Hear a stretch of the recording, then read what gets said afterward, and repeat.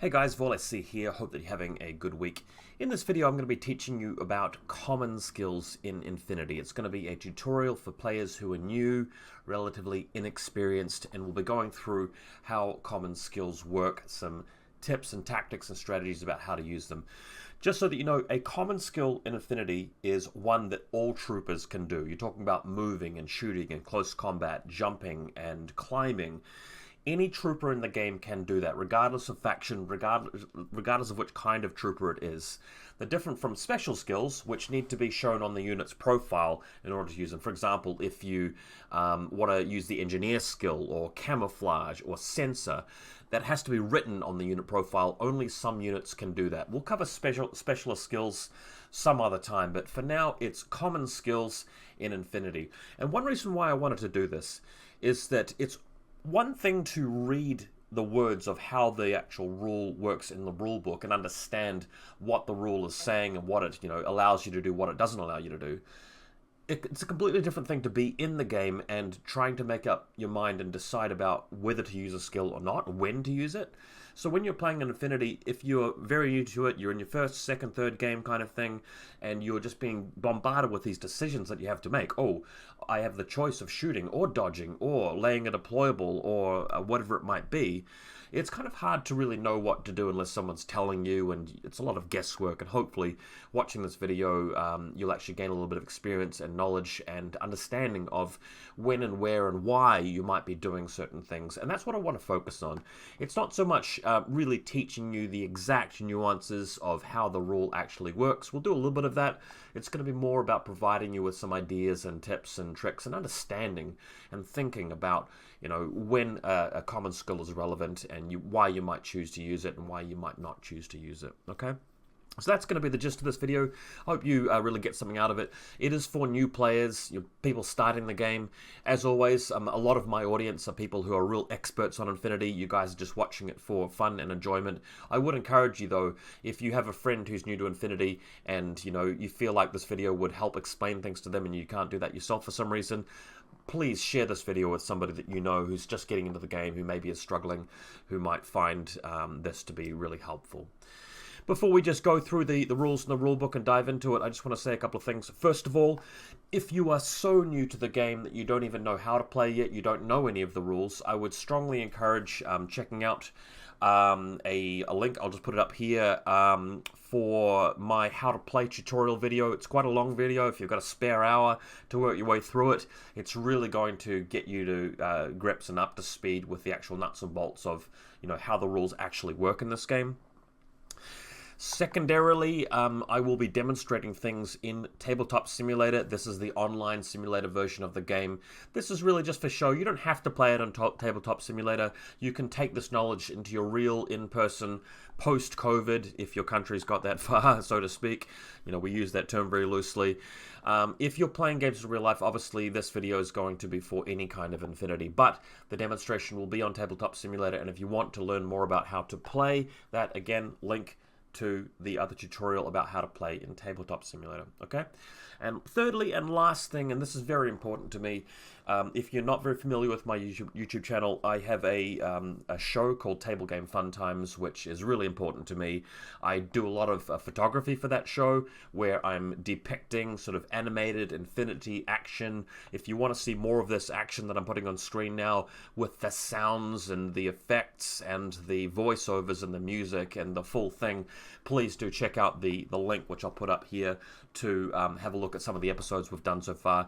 It really means a lot to me, so if you enjoyed this particular video, please check out the episodes of Table Game Fun Times and leave me a comment on the YouTube videos for that, because it's really encouraging to me to make more of that stuff, so that's really, really important. Okay, so let's dive into this tutorial. I'll take my face away and we'll take a look at the rulebook right over here. So if you want to follow along with me, this is the downloadable PDF rulebook from Infinity the game, and I'm starting here on page 82. I know that a lot of the rules are sort of spread out with Infinity, and that can be annoying, but remember, you don't need to know everything all at once. Having an understanding of the common skills is going to be really useful, because you're going to use them in all of your games, and when you find yourself in a situation where you have to use a skill that you don't know about because it's a special skill, you don't know really how Sensor works or Berserk or whatever it might be, you can simply look it up when the time comes. Cross the bridge when you come to it. That's a much better way of learning Infinity. At the moment, we're just getting to grips with the really, really basic stuff, okay? So coming on page 82, we're going to start with alert, and we're just going to work our way down right through to the last of the common skills, and then that will be it for the video. I'm not going to cover off every little nuance and trick that I possibly can with every skill. I just want to give you guys like the basic gist of it. You've read the rule in the rule book, you've understand the meaning of it, but you're wondering when it would be used, and you're wondering why your trooper would use it. Okay. So for that, we come through to Tabletop Simulator. I've just set up a little sort of demonstration room here just for my own purposes. And we're going to go through some of the skills. I've written them down here to remind me. And we'll just basically go through it. So alert is the first one. And this is something which sort of happens automatically. It's not really something that you actively have to spend orders on or anything like that. It's essentially a way of turning your troopers around if somebody nearby got shot, okay?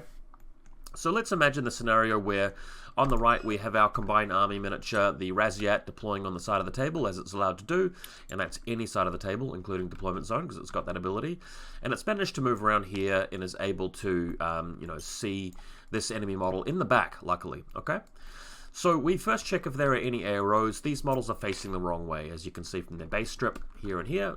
They're facing in the wall because we've come around back behind them, and that's something that this particular model is quite good at.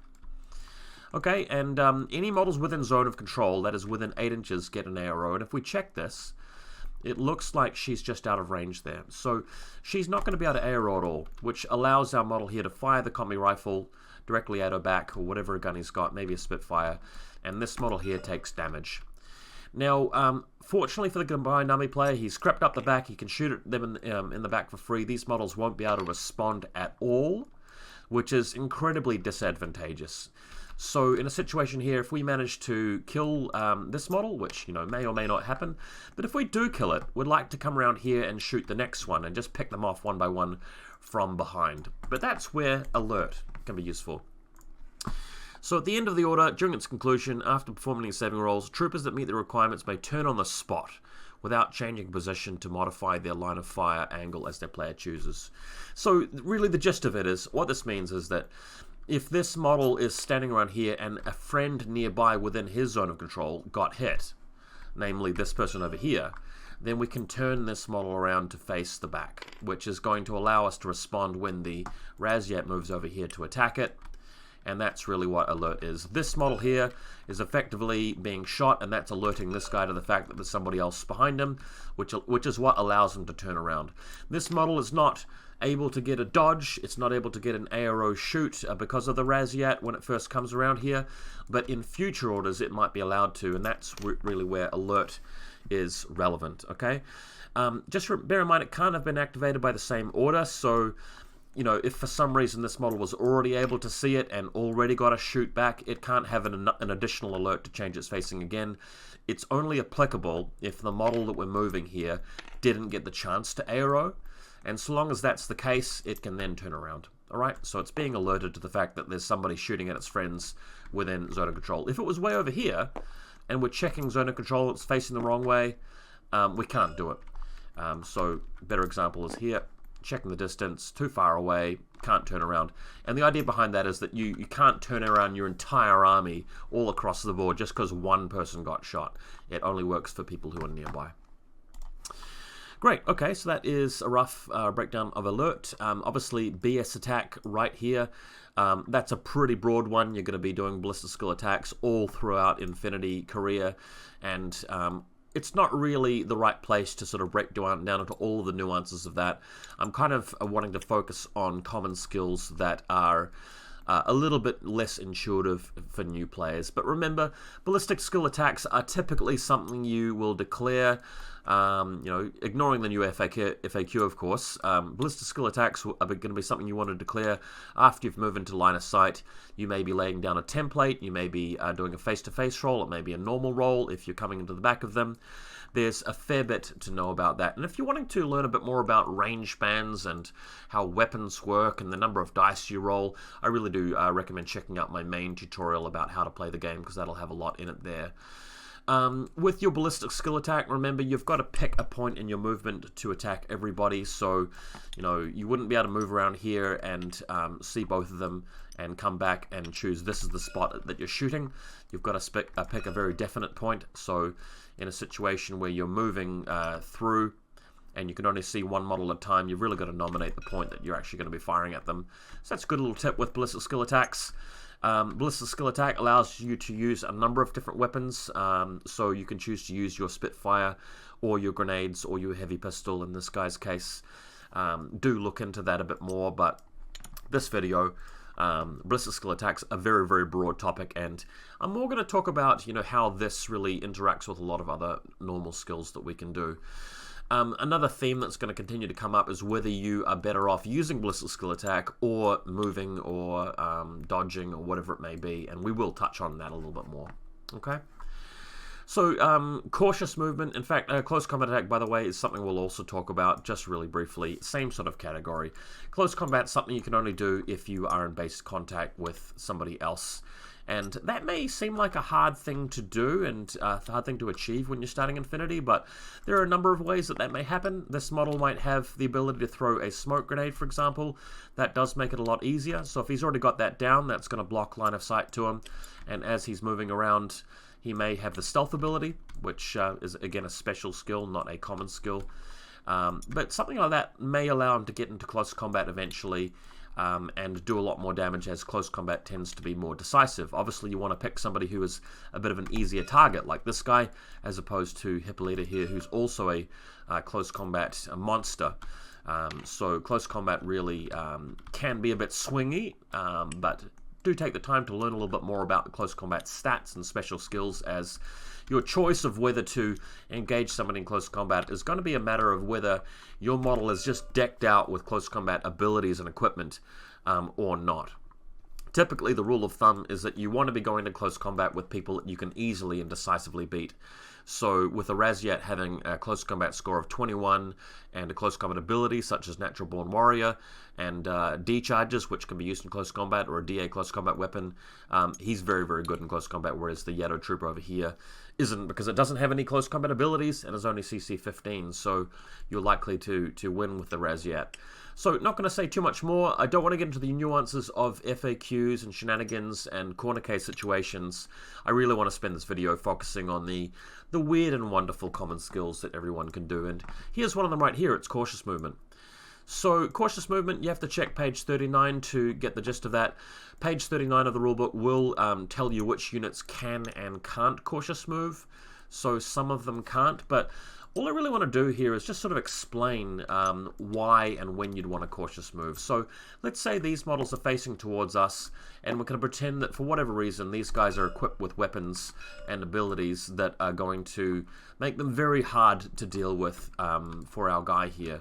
And we'd like to be able to get to a different part of the battlefield without being shot at, because maybe we just can't withstand any hits and we need to be somebody else for our objective. Cautious movement is a long skill, so when we're spending our beautiful regular order over here, normally you can do one thing, which is a short skill, like moving, and then another common short skill, which is to shoot, but a cautious move is a long skill, so when you spend the order, it's the only thing you can do, and you can use your movement value, but you can only use one of them, so normally you can go 4 inches, then another 4 inches with movement. A cautious move is literally just the first movement value printed on your profile, and you can go that far. But what it allows you to do is it allows you to start in total cover, meaning that you can't see these guys at all, and you end in total cover, meaning that they still can't see you and nobody else in the battlefield can. But you can do that without provoking any AROs, which, as you can see here, is quite valuable, because if you don't have time to take these guys on, or if you don't have the equipment or abilities to take them on, if you know it's a losing fight for whatever reason, they've got the long-range guns, it allows you to move over here, and then the coast might be clear. This part of the battlefield might have objectives you want to complete, it might have a lot of open areas, it might have some easier victims to take on with this particular trooper, and that's where cautious movement is a really valuable common skill in your arsenal. And remember, this video is about Common skills, because everyone can use them, and in your games of Infinity, anytime you're activating a trooper, you know, cautious move is going to be available to it, unless of course it's one of the troops that we you know, talked about earlier. In fact, I'll come down to page 39 just so we can have a brief look at cautious movement, because some of the more in-depth things are printed here. So here we go.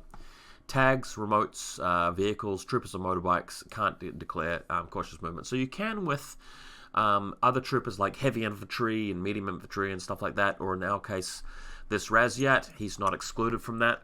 So everybody apart from those unit types can do it, which is why if you're in that sort of situation, you feel that trooper would be in a better spot elsewhere in the battlefield, and there's a small gap between, you know, bits of scenery which give you total cover, cautious movement is what you want to go for. Okay, so that gives us a basic rundown over here. I see I've written down movement. Again, movement's going to be something you do so commonly that you really want to sort of be reading the rulebook for the basics of it. Movement, I'll just go over some really basic things. What you can do is you can move in a straight line, obviously 4 inches, but you can also go a couple of inches out, a couple of inches back. And the main message I want to give you guys is that it's very common in Infinity to simply declare your intentions and discuss your movement with your opponent, and then check to see what's possible. So I've deployed here with my Razyat on the side of the table. I'm going to explain to my opponent that I'm going to use some of my movement to move up and reach cover without coming into line of sight. Then I'm going to use some more of my movement to continue moving across cover so I retain the benefit of cover while reaching line of sight to Hippolyta in the background there. And then I'll use the rest of my movement to pull back so I end my movement out of cover. So it's going to look like this. I start here, move up a little bit, I've gone 0.5 inches. Then I'm going to come across a little bit more, maybe 0.6 inches. Then a little bit more, you know, 0.4. So I've got about 1.5 at this point. We check our silhouettes and I can see my opponent, and I still have enough movement to continue coming back. So I'm going to end there, and then because I was at this point able to see her at some point during my movement, I can then shoot at her and she can shoot back at me. And the main message I want to get to new players here is that it's perfectly normal to be kind of pedantic like that and take a shot where you end in cover and have that whole conversation with your opponent and check with them that it's okay and that you're not being seen by some other unit that you didn't intend to.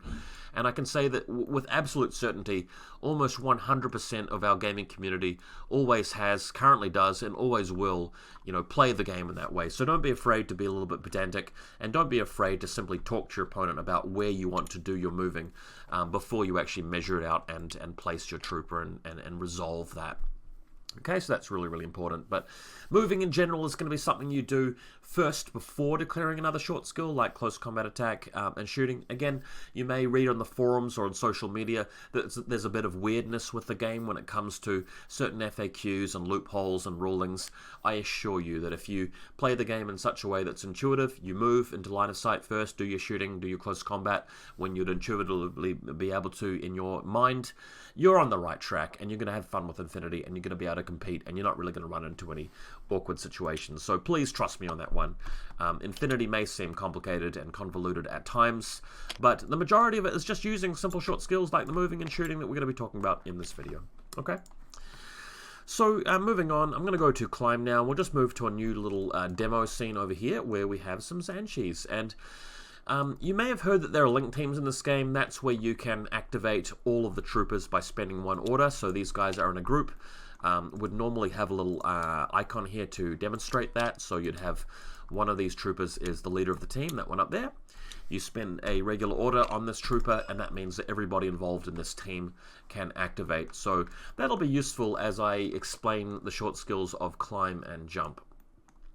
Climbing means that you can treat this vertical wall here, and I'm just going to change my ruler to be a 3D ruler.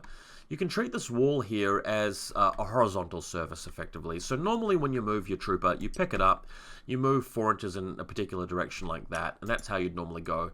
But you can't really move up the wall unless you're using the climb ability, the climb short skill. Now, everything in the game can climb. There are no real exceptions to what can climb and what can't. But to initiate a climb, you actually have to start touching the wall. So this unit over here can't declare a climb at all. It's not allowed to move to the wall and come further down. There is a rule later on in the game under special skills called Climbing Plus, which acts as an exception to that, but we're not going to talk about that in this video. We're just going to be talking about regular climbing. So this model here does start next to the wall. It can climb down to the bottom like that. And again, that's a long skill, so it can't climb down and keep moving in the same way that this model can move and then move again with another short skill. You may have heard about that in the rulebook, so to bear that in mind. This model here is at the bottom of the wall. It can climb to the top, okay? But the model that's over here, it's not touching the wall, and these two models here, they can't initiate the climb, all right? Also, when you climb, again, you're treating this wall as a flat surface, so what it might help me to do is just lock this guy in place and sort of demonstrate what the model looks like when it is doing the climbing. So when it's partway down the wall, and you are allowed to end your movement partway down the wall, that's possible. It just restricts what you can do while you're there. So if you chose deliberately to come down partway through the wall, or if you didn't have enough movement to get to the bottom of it, while you're on the wall, you won't really be able to do any shooting or close combat or anything like that. So, but while you're moving down the wall, you are considered to be sort of out like that, as opposed to sort of straight up and down. So if I unlock this guy here, he's going to drop to the bottom after I click this, but you sort of get the picture. He's not really going to be on the wall sort of sidelong like that. He's just going to be poking out from beside it. All right. So your team over here, to get to the bottom, it's going to be quicker to climb this guy down than it is going to be to, move all the way around here and move down the stairs. He's going to reach this point more quickly if he climbs. But you notice how awkward climb actually is, right? In your link team, this guy climbs down, she's already at the bottom, she has to move over here. And unfortunately, when you're a link team, you can't all declare the same, kind of skill. So that makes this really, really awkward.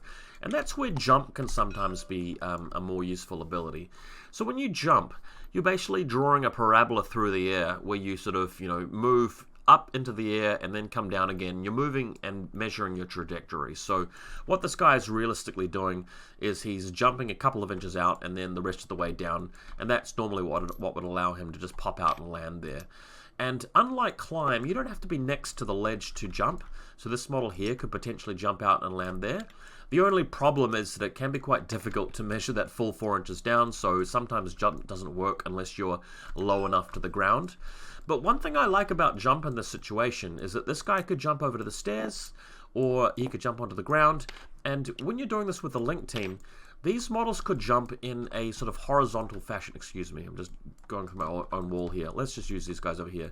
This guy can actually jump and sort of jump in a sort of horizontal fashion and use it as if he was moving. And even though it's a long skill here, at least he gets 4 inches of movement out of it. So if you're considering a situation like this where you're trying to get down from the building and you're trying to involve a model like this who's not touching the wall, consider jumping, so long as your models have got enough movement to do it. And you can talk to your opponent about this before committing to it.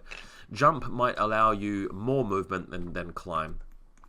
The thing is, if we're talking about a really, really big building, so if we've got a building like this, and it's absolutely massive, and for some reason you're actually stuck at the bottom of it or the top of it, and there's no stair or elevator, you're gonna have to climb to get to the top of it, which may take a really long time. Having said that, once you do get to the top of it, that may be such an advantageous position for your guys, getting line of sight across the battlefield, that it might have been worth it.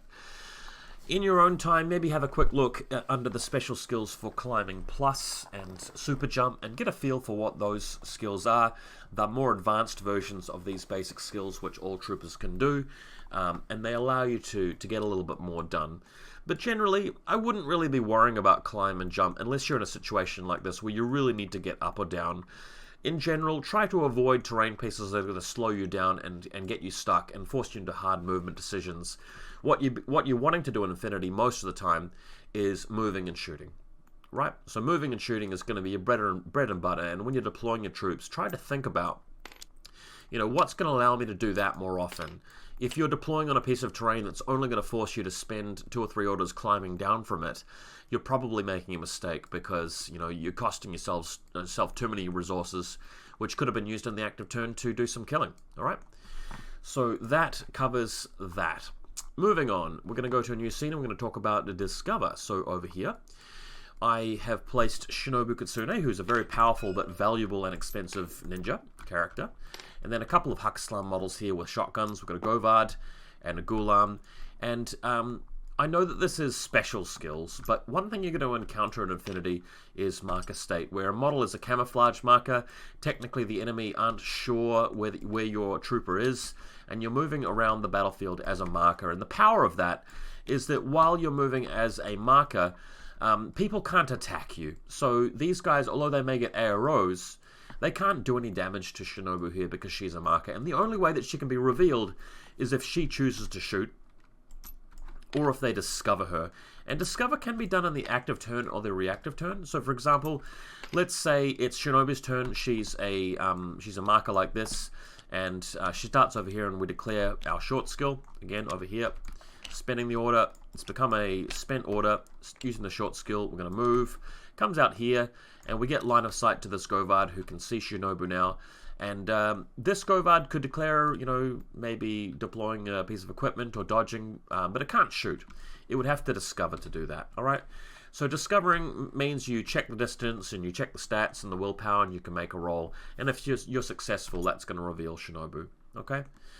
A lot of the time, you don't really want to discover reactively because it gives your opponent the chance to shoot for free. So in this sort of example, she's moved out, she's a camo marker, the Govard discovers, Shinobu then has the luxury of choosing whether to continue moving or to shoot. It's not guaranteed the Govard will discover her, but she's got a combi rifle. She can fire with a few dice there and just blast this guy, kill it, and then use an ability to go back into camouflage. So discovering in that situation's not the best. If she's already a camo marker and it's the Govard's turn and we're actually spinning an order and it's moving in line of sight to see her, as his second short skill, he could discover after Shinobu decides not to react. So in this sort of situation, the Govard moves in to see Shinobu. She declares that she's not going to do anything. The Govard then attempts to discover, and if he passes the roll, she's cleared, and the Govard can start attacking as of the next order. Or what might happen is that Shinobu doesn't even give him the chance to discover. She just declares the reaction there and then, which she might well do. Okay. A tip with this, and this is quite a subtle tip really, but it will help you in your Infinity career, is that if you move over here and you're preparing to discover with your second short skill, Shinobu may choose to do nothing. Meaning that in your second short skill, if you attempt to discover her and fail, you can't continue spending orders to try again, because as soon as you've failed, this model here can't continue attempting to discover that particular marker until next turn. And the Shinobu player may know that, and she may deliberately choose to do nothing because she knows that if you fail, she's safe. And if you pass, you have to spend a whole new order attacking her, and she gets a new opportunity to decide what best to do. It gives her the privilege and the luxury of making the correct decision, which is why some very advanced players will do this. They'll spend the order on the Govard, they'll move over here into line of sight where discover is possible. Shinobu decides wisely not to do anything, and then the Govard simply does nothing with the next short skill, just an idle, which is another common skill you can do. And then with a fresh new order, the Govard can discover with the first short skill, meaning this up in the air as to what happens with the next part of the order. If Shinobu then does nothing, the Govard has declared discover. He's allowed to shoot with a second short skill. If the discover was successful, the Govard can then shoot Shinobu for free, which becomes really awkward and interesting for Shinobu, which is why that structure of play usually forces the Shinobu play into action and decides to just dodge or throw a smoke grenade or shoot back or something like that. So rewatch this part of the video if you didn't understand that. Try it out in your games. It makes a lot of sense in a lot of situations to start the discover actively with your first short skill rather than just casually moving in and throwing out a discover like that, because you may fail and not get the chance to try again. Another little trick is that if you have somebody else on the battlefield over here and you know that's not a significant model, you can move into line of sight of both of them. If they both declare nothing, you can just attempt to discover on this one. Maybe you know it's something that's unlikely to be significant, like a mine, and then as of the next order, you start by discovering this guy and then shooting and go from there. Okay? Now, one thing that a lot of people get wrong with discovering is, again, when to do it. If you know what your opponent likely has under the camouflage marker because you've deduced it from becoming an expert in the game, or your opponent previously had it revealed and then spent in order to camo it, so you know actually what's under there. Try and use your knowledge of what it's likely to be and what it's likely to do when you're deciding whether to throw out a random reactive discover. So we talked about the fact that if she moves out like this and she is in position to shoot you, doing a discover here is not normally worth it. And we're going to talk about delay in a moment. I don't know if I've left myself a cue to talk about delay, but we probably should mention delay briefly. Delay is where you simply wait for the active turn model to do its second short skill before choosing what you're going to do, and that's legal against a marker, but not if it's not a marker. Again, sorry if you're not following some of the nuances here and if it's getting a bit too technical. I want you to sort of just try and take what you can from this video and really just focus on the few things that you do pick up and understand as we go. Being a camo marker basically gives your opponent the ability to delay as one of the things it can do. If she moves out like this and she's not in marker state, you can't delay. But if you are a marker, you can. And one tip I'd give to new players a lot of the time is to always delay against a camo marker if you're not sure. If you know obviously your opponent's not going to attack you, or if you're a very resilient unit, or you know your opponent doesn't really have a decent gun to get you with, then by all means you can discover them, because that may be important. Or if they're moving to a point in the battlefield where they need to have marker state for whatever they're planning on doing, and you can sense that they really can't afford to be discovered at this point, you could throw it out there. But for the most part, you're mostly going to be delaying. So the last trick I'll explain here with discover is where maybe she moves around here and she's provoked an arrow from this model and this model, and we know that she's going to be quite a valuable, important trooper. One thing we can do here is to declare a discover with this model and a delay with this model, meaning that if your opponent keeps moving, you do get the discover and you don't get attacked. But if it attacks at this point and decides to shoot you, you at least have one of your models that can throw out some sort of lethal damage onto it, and that's one way of shutting a model like Shinobu down. So when you're in this sort of situation, and it will come up even as a new player, try and use something like a flash pulse spot, like a Fugazi drone bot or a war core, or something that's small and insignificant but gets the chance to discover and you don't mind losing it. That can be the thing that discovers the enemy camo marker walking across the battlefield. And then do the delaying with the models that actually have the guns that can pump out the damage. And I think that will work out quite well for you in the long term.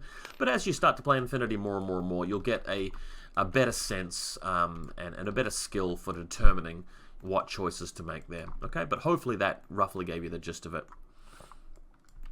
I've got idle written down here just because I think that appears in this point in the rulebook, just roughly.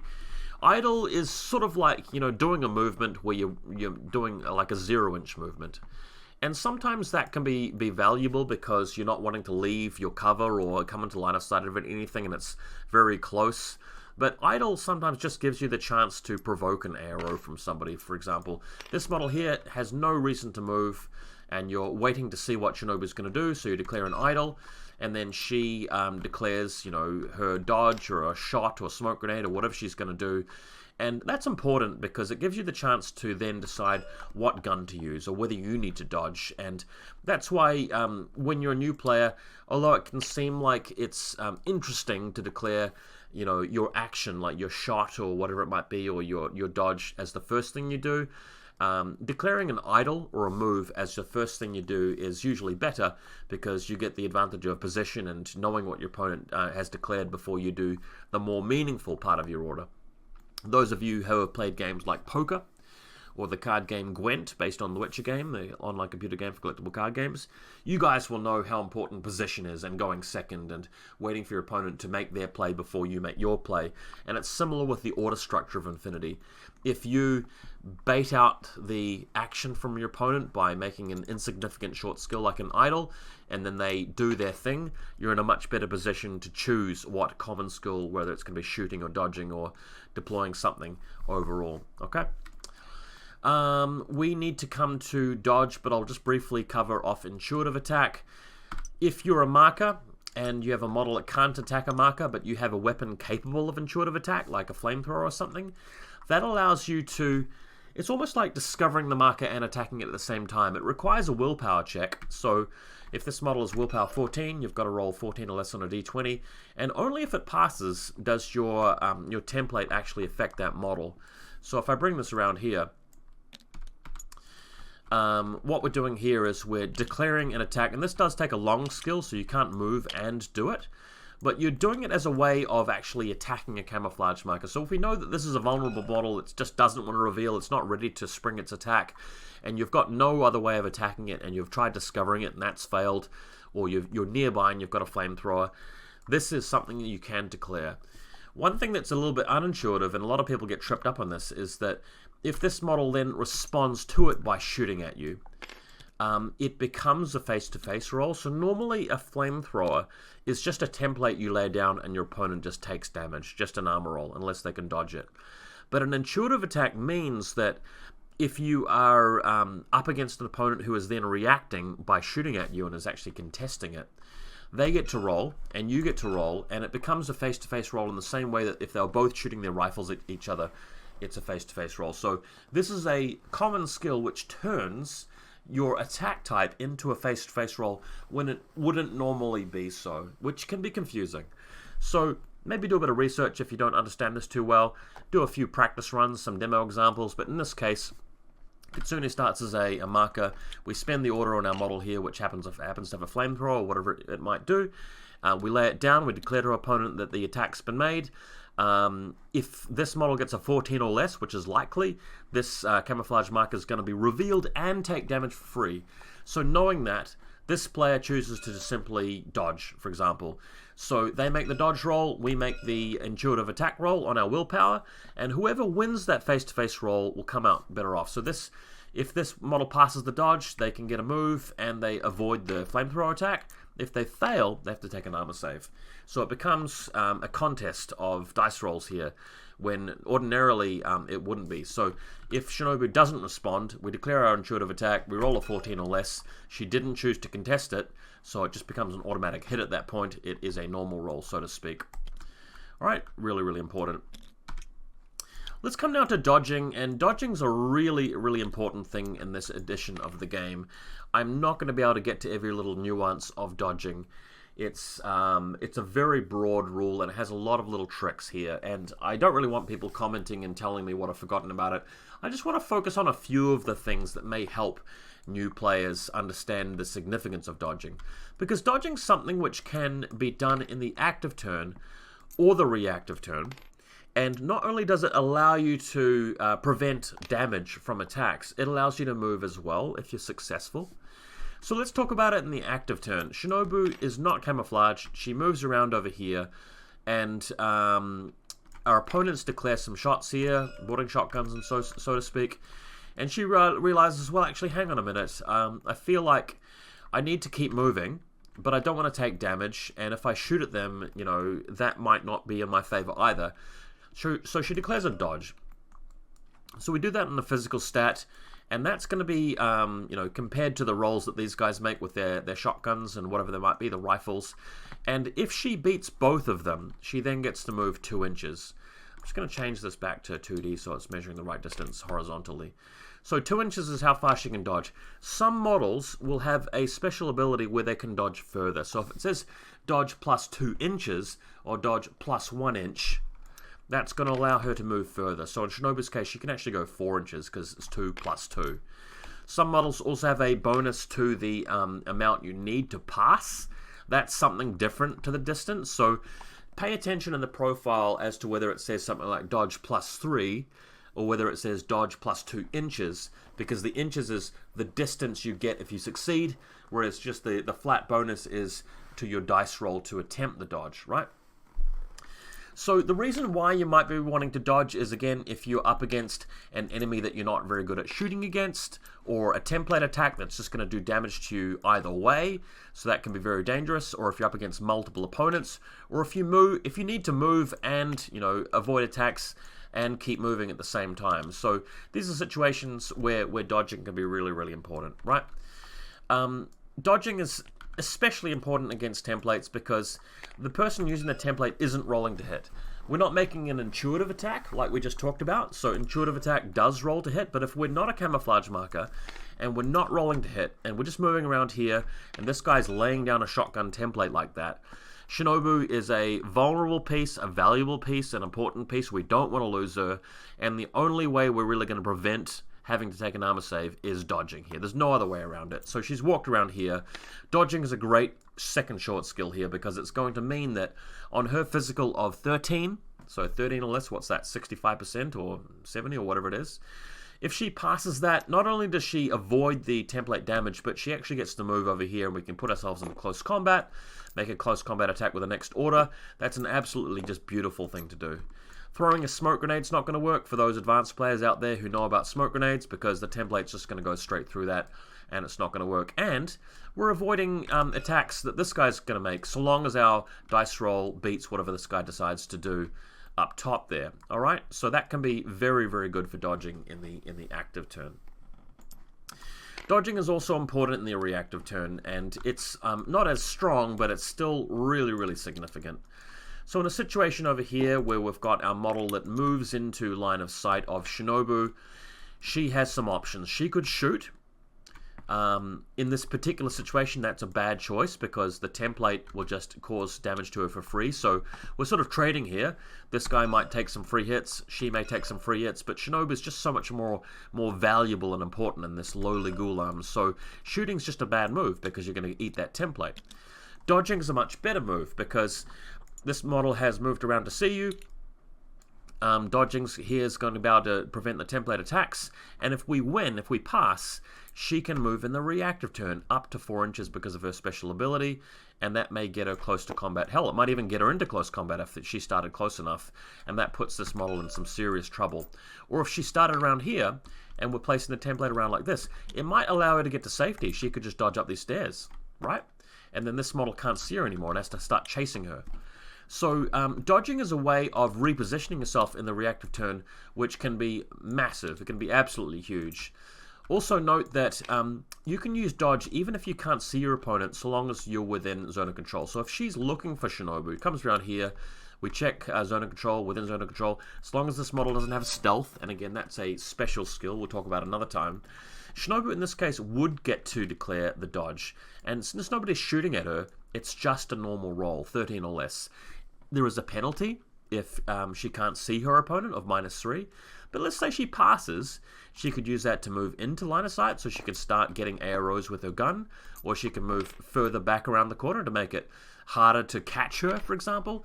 It gives her some really good options. So dodging is very, very powerful, and when you're putting together an army list, do pay attention to things like the physical stat of the model and any dodge bonuses. Sometimes you'll see a model that is physical 12 with +3 to dodge and plus movement to dodge, and that can be really, really massive.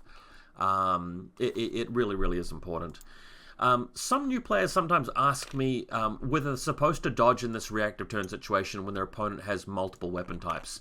And this is where things get tricky and complicated and quite dangerous, to be honest. We have a model over here with a shotgun. And one problem with shotguns in Infinity in this current edition is that they're a little bit too powerful. And I'll cover this on a different video, but long story short, the shotgun has 2 attack modes. You can either directly roll to hit and have a face-to-face with your opponent and get +6 if you're within short range, or you can lay down the template twice. So they're taking 2 armor saves if the template hits you, or you can have one template there and another one facing a different direction and hit multiple people. So a shotgun is absurdly powerful because of the options. And the problem, as we mentioned before, is that if this is the active turn model and it moves around here into line of sight, Shinobu has to decide what to do first. She has to choose between firing her rifle or throwing a smoke grenade or dodging around the corner, for example. And the Ghulam here can choose which weapon mode to use depending on what Shinobu does. So I'll give you guys the spoiler here for this one-off scenario. In this situation, I'd always be declaring a dodge, because it's going to allow me to either get closer to him and lock him up in close combat, or to get back around the corner. If Shinobu declares a shot, the Ghulam's always just going to be laying down the 2 templates. Shinobu has to beat damage 13 at least twice really, with only armor 1. She's very likely to just die, and she's such an expensive model, you wouldn't want that to happen, right? You're not expecting the Ghulam to put down the actual the shots there with the +6 to hit. I mean, it could, but the thing is, Shinobu is just going to get hit by the templates if she does anything except for dodge. And part of the problem with shotguns is that if we then declare dodge, the Ghulam has the option of going, aha, you now have a 65% chance, or, well, realistically it's a much higher percent chance of avoiding the template, because realistically Shinobu has to roll a 13 or less on the physical, and then she has a small chance of passing both armor saves, so she could quite easily not die to the template. So the Ghulam now chooses to just roll the hit normally, knowing what Shinobu is going to be doing. But even in that awful situation, if you know that your opponent is going to trap you in that particular way, it's like a fork in chess where the knight moves into position and is attacking the king and the queen simultaneously, and you have to move, one of them and lose the other piece. Even knowing all of that, Shinobu stands a reasonable chance of avoiding the shotgun when it rolls to hit normally on hit mode, and all of the other options are terrible, so given that, you're wanting to dodge realistically.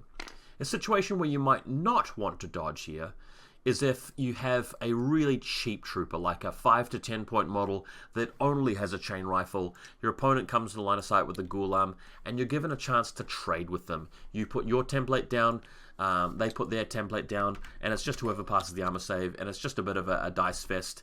And you can afford to do that with your cheap trooper. You can't do it with your expensive trooper. Another time where you might not dodge is where you have a trooper that's so resilient and tough, like a tag with armor 8 and 3 structure points, and it's not likely to take damage against this one measly little chain rifle or flamer, and you simply just shoot at them with your weaponry as they come around the corner. That might be a time to not dodge, alright? So hopefully this helped you a little bit with dodging. I'm not going to go through every little nuance of it, but I hopefully have given you some tips and rough ideas about when and where and why not to use dodging. That will hopefully be helpful in your Infinity games as you're starting out. So again, not covering everything, but giving you the rough gist of it. So we're going to move on now, and we're going to talk about placing Deployable, which is another common skill, but it's kind of linked to a special skill, really. You can't place Deployables if you don't have one. So this guy over here doesn't actually have any Deployables, so even though he's just a trooper trying to use common skills which are available to everybody, he can't place Deployable, but we're still going to cover it because it's under the common skills list in the rulebook. So what place deployable allows you to do if you have it on your profile? For example, this guy has mines, anti-personnel mines, shock mines, so to speak, in this edition. Shock mines can be placed if your enemy is in line of sight. So we activate the hexer. Let's go grab our little order marker. So we activate the hexer over here, flip that over. We come into line of sight of the foxtrot, like this, using our movement short skill. The foxtrot gets an arrow. It could dodge. It could shoot, but neither of those options are particularly good because the Hexer is decent ballistic skill, the Foxtrot has no cover, the Spitfire is going to give it 4 dice. We're probably going to gun down the Foxtrot, but one helpful thing we could do is place this mine there. And one thing that trips up new players, and one of the reasons why I'm doing this video, is just sort of put out these helpful tips and explainers here that the mine won't be armed, it won't really be ready to explode until the next order. So simply placing this mine down now won't allow you to retaliate against the Hexer immediately. So in this situation, the Hexer's spent the order, moved to line of sight, it probably will gun down this guy, so he's going to die. And we've got the shock mine left in place. The shock mine, by the way, becomes a camouflage marker, and now, if this model spends a new order, it's going to trigger the mine. So the Foxtrot has set that up as a defensive sort of sacrificial move, and that's often how deployables or place deployables work in the reactive turn as you're using them defensively, okay? What about using it offensively? Let's say it's the Foxtrot's turn. One thing you can do is you can declare move, short skill, a common skill, spend our order. This model can shoot at you, and then you can place the mine. And what will happen is that if they kill you, the mine will have been set up, and in this model's turn, when it moves out, it will have to try and dodge the mine. It will be affected by it because it's in the area range, because the mine will put out one of these templates we talked about, right, when it explodes. So that is something you can set up. A more advanced thing you could be doing instead of that is spending the order on the Foxtrot and placing the mine over here so it's ready to blow up when the Hexa moves around, right? So the Hexa moves around, it explodes, and you know, if the Hexa moves around to see both the mine and the Foxtrot, he could place another mine if he wants to. He's got 3 of them, so as long as he hasn't used them all up, he could keep placing them. So that's quite a cool thing you could do. What I like in particular here, rather than putting the mine here, is that when you place deployable like a mine, you can place it in such a way that it would actually already be in detonation range. So the Foxtrot moves just a little bit and then comes back. And we talked about movement skills, and the thing we learned about movement skills is you can declare your action at any point during the movement's trajectory. So if you move half an inch out here and half an inch back, you could place that mine here because you were at base-to-base contact with the mine marker at least some point in your movement as you spent this order. So what that does is it sets up the mine in a position where it can actually get line of sight to the Hexa and explode later on if the Hexa does anything. So our first order, we arm the mine. The Hexa maybe gets a dodge because it's nearby, maybe fails that, and then, interestingly enough, if the Foxtrot chooses to move over here later on to get line of sight to the Hexa is in the unfortunate situation where if it reacts, the mine's going to explode and it has to shoot at the Foxtrot who's shooting at it and contesting that at the same time, which can be really, really powerful, okay? I don't believe you're allowed to place a mine in detonation range of a marker unless you pass an intuitive attack, which was something we talked about earlier over here, where you've got to pass a willpower check to be able to actually have the thing be effective. But do check the wording of the rules in a bit more detail if you're interested in how that works. There's also the special skill mine layer, but again, we're focusing on common skills. So I just wanted to give you guys a basic rundown of how to use these place deployables. The main takeaway being that it's only ready to actually do anything at the end of the order, not during it. You might find that you're placing things like mad traps and crazy koalas and repeaters and things like that. There are a variety of different kinds of mines, but just this general idea that you want to be able to set up the mine as a reactionary sacrificial thing in your reactive turn, or as an active turn thing by putting the mine in a place where it's likely to affect enemy troopers. That's the way to go, right? So be mindful of that and think about your movement and your positioning as you're using the place deployable skill. Lookout is the other thing on my little agenda here. I'm just going to come down to lookout on our little rulebook thingy. Where can I find that? It's probably going to be under L. L-I. I can probably just sort of explain it here. Lookout. Oh, here it is here. Okay. So lookout is similar to alert, but with some important differences. And it's important not to get these mixed up, especially if you used to play N3 because the rules were different back then. Alert is where, you know, you've got 2 models facing the wrong way, and one of them got hit, and everybody within 8 inches of that just gets a free ability to turn around. So that's what alert actually is. Lookout, on the other hand, is where the Hexa moves around to see the Foxtrot, and you're choosing what kind of common skill to use. Again, you could dodge, you could shoot, you could place deployable, as we just learned. But lookout is another thing that you can do in the reactive turn. What lookout allows you to do is to choose other models in your army to have an attempt at turning around, even though they weren't actually in zone of control. So alert is a bit different in the sense that if this guy's facing the wrong way, if he was in zone of control of the Foxtrot when the Foxtrot took some hits, this guy can turn around. But if he's too far away, you're looking at that and thinking, well, the Blackjack's the more important target. The Hexa's going to come around and shoot at that next after he's dispatched this guy. So my Foxtrot wants to give the Blackjack a warning, so he's going to sacrifice himself to do that. So as the Hexa moves around here to just blast that guy, the Blackjack gets an opportunity to turn around. So even though this guy may die, when the Hexer comes around to shoot at the Blackjack, we've now turned around and we get the ability to shoot back because we're in correct line of sight. And that's what Lookout is used for. Note that you actually have to make a face-to-face roll at -3, which makes it hard. It's actually not guaranteed the Blackjack will turn around. Which is why, if you were wondering, Lookout is actually a very rarely used ability. You don't see it come up very often.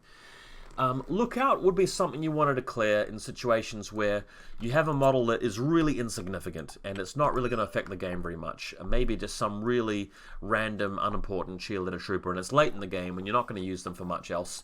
But you have something over here which is critically important, and it's just really desperate to stop this model from achieving the objective that it needs to win the game, and you're completely out of position, and Lookout might give you the chance to turn around and at least have a chance of stopping this model as it moves around to the objective part of the battlefield that it needs to be in. Okay? So that's where Lookout is really, really important, but you don't see it very much. In this specific situation, the Foxtrot has a wonderful opportunity to plant mines here, and that's a great way of defending against the Hexer in this specific case. And the Blackjack, you know, it can wait for its chance to turn around. It's probably screwed either way if the Hexer lives through that mine. So, yeah, you wouldn't want to be doing it in this situation, but, you know, you may have a random flashpole spot worth 7 points, and your opponent is, you know, moving to assassinate your lieutenant or some other important model, and that chance to turn around a really important trooper might be really significant with the Lookout rule. Okay? So moving on, we're going to take a look at a couple more. Reset is one where this is a common skill that anybody can do, but it's only really relevant if you are in some sort of negative state that you're trying to get out of.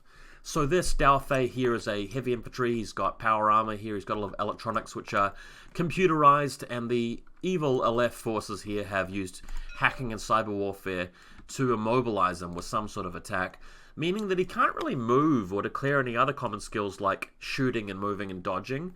That's just not allowed. Well, sorry, it restricts the number of common skills you can do. There are some you can do, some you can't, but typically you don't really want to be immobilized, and the only way to get out of that is resetting. Resetting is something where you can pass a willpower check. I believe there's a penalty for doing it, and it allows you to cancel certain states, like immobilized. It can get you out of isolation, which is another negative state, for example. So resetting is something which you're going to be doing during your Infinity career as a player quite often.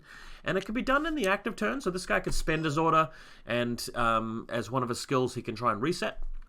And it can be done in the reactive turn. So if this model moves nearby, provokes an ARO from everybody within zone of control, you can reset as it's coming past. Or if there's a model way off in the distance here that does something, this model can reset. But again, the problem is that you're at a penalty, you're not guaranteed to pass the reset roll, and other models can actually shoot at you while you're doing it. So it's sort of like a desperate thing to do. But more often than not, there are going to be opportunities to reset if you're already immobilized, because there's literally not much else that you can do. So, you know, may as well take the opportunity when it's there. All right, so that's really what resetting's often about.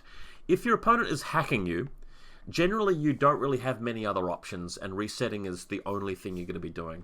In this situation, if in the active turn the hacker moves up, you can't see it, but you get the choice between hacking or dodging, for example. Let's come back to it. So it's within zone of control and hacking area. The Daofei could attempt to dodge around here to come into line of sight, maybe if the hacker was like there. But only if it wasn't already immobilized. So if this guy comes up and tries to hack you, you could try and take the risk and attempt to dodge over here and get there so you can actually shoot at him next turn, next time he spends an order. But you run the risk of this guy being immobilized in the process. So if you're in doubt, if you're a new player, somebody's trying to hack you, just reset, right? That's usually the way to go. If you're already immobilized, well, resetting is the main thing you're going to be wanting to do then, okay? So there are probably a few more nuances than that we can go into, but I really just want to give you the rough idea of what reset's all about. You're turning your equipment off and on to basically prevent cyber warfare. It's very, very rudimentary. Speculative Fire is another one which can be a little bit weird. Speculative Fire basically is the idea that this model has a weapon that you can use to hit somebody without seeing them, like a grenade. So you'd normally lob a grenade over a wall, so it goes in this parabola, this trajectory, and in this situation, she's trying to throw a grenade over here to hit this guy, and that's sort of how we visualize it. One thing a lot of people can't get their head around is that if there's no opening here, if there's just a roof, how is the grenade supposed to get into the room? And all we've got here is a couple of windows around the side, and Specular Fire is always going to be possible, I should say, so long as there is at least some way of getting into the room, right? So some people imagine it as, throwing the grenade and bouncing it off the wall and it somehow bounces into the room. I find that really hard to imagine, especially if there are no walls nearby to bounce it off of. Look, the only situation where you cannot Speculative Fire is if this room was completely closed off and had, the doors and windows completely shut, which almost never happens in Infinity terrain. I've been playing for 6 years and I've never encountered that even once. Speculative Fire is almost always possible. You just need the tiniest hole into the room. And it doesn't matter whether you're firing a missile Speculative Fire or a grenade or whatever it might be, you can always get into that room. So bear that in mind. Spec Fire usually comes with a pretty big penalty and it stacks with your range band. So if she's too far away and she's having the penalty for long range because it's too far and the Speculative Fire -6, it becomes really, not really worthwhile to have a go at this guy. In this situation, he can't dodge out of the way, which is normally something you can do, but he's immobilized, preventing him from dodging. So he could reset if he's getting hit by the grenade instead of dodging. So that is something. One other thing that may come up is targeted and guided fire. You may start to hear about that in smart missile launchers. We're not going to cover that in this video. We're just talking about the real super basics. Speculative Fire is something that I wouldn't recommend you do unless the range band of your weapon is appropriate for you, and unless you haven't got any other significant ways to bash up your opponent.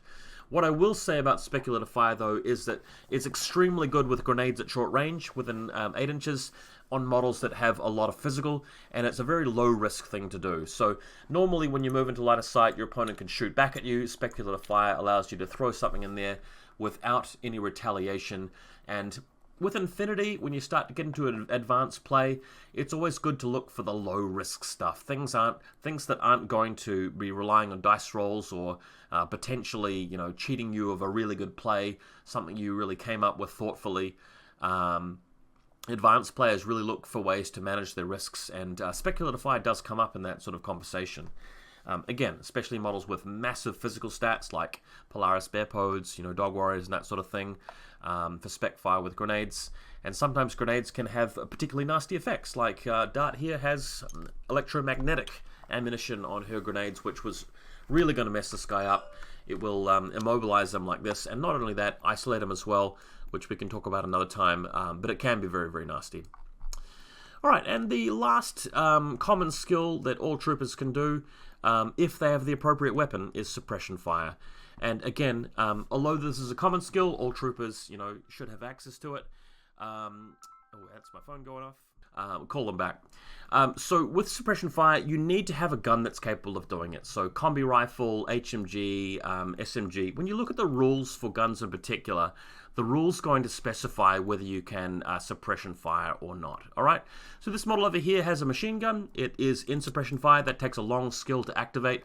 And it's going to mean that in the reactive turn, this model can shoot with 3 dice at a different range band.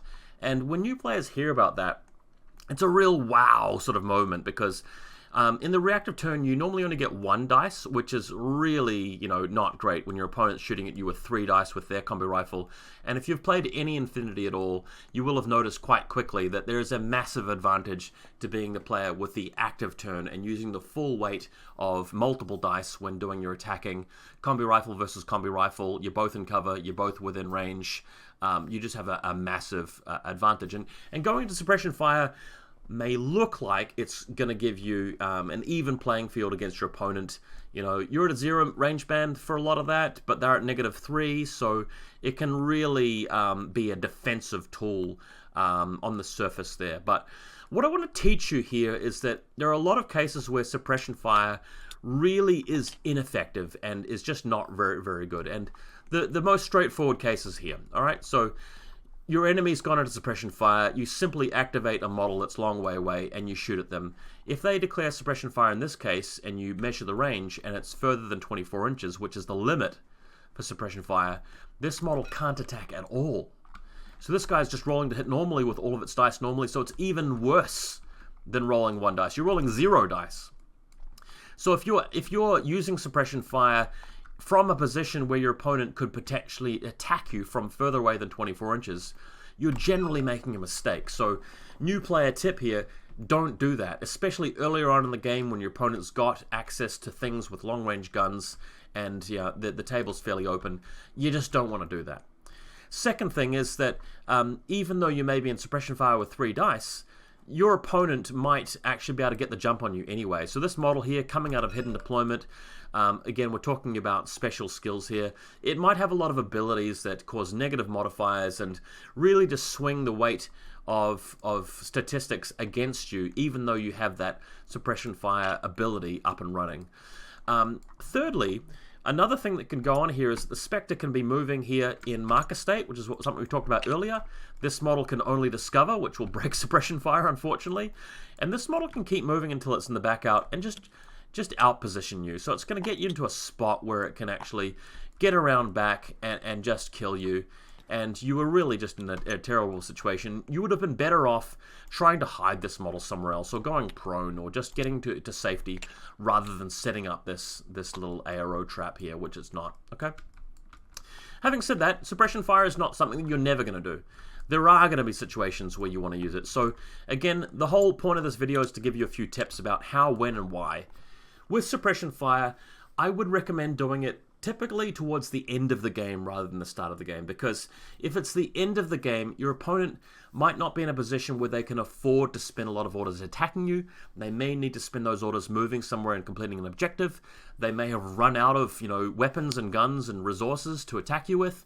You might be in a position where you can set up Suppression Fire from an angle that they can't get to easily, and they've got fewer options to get to you. Another situation where you might use Suppression Fire is where you're in a close alleyway where your opponent can't really get at you from long range or outflank you, and you've got a cheap trooper with an SMG, and an SMG submachine gun usually has a short range. Suppression Fire can increase the range of that a little bit in terms of the good range bands. So think of it that way. You might also have nothing to do with the model other than to put it in Suppression Fire. Maybe a lieutenant order or something like that around the back lines. That can be useful. You might also have a trooper like a tag that's extremely resilient, and you lose nothing from going to Suppression Fire. And your opponent, if they attack you from long range and you drop it, well, you haven't really lost very much. But a lot of the time, if your model can go prone and hide somewhere, or go into marker state, or defend itself in that way, that's usually better than setting up Suppression Fire. And I think some of your early games and experiences are going to confirm that and verify that. Alright guys, so that's all I wanted to go over really with common skills. Hopefully you got some tips and tricks out of this video. You will know that there's so much that I haven't covered here. I haven't gone into special skills. I haven't really, gone that deeply into common skills. If you want to know the fundamental nuts and bolts of mechanics of playing the game, do check out my other video about how to play Infinity. And please, guys, I really welcome you to check out my video series, Table Game Fun Times. Check out the fun animations in that, and the fun skits and acting we do. It'll really mean a lot to me. And leave me a comment too as well if you check out those videos, because I'm eager to see what you think. I better go give my boss a phone call back, return that call, but check out my Discord, hang out with us, ask a question if you're not sure, and good luck in your games, guys.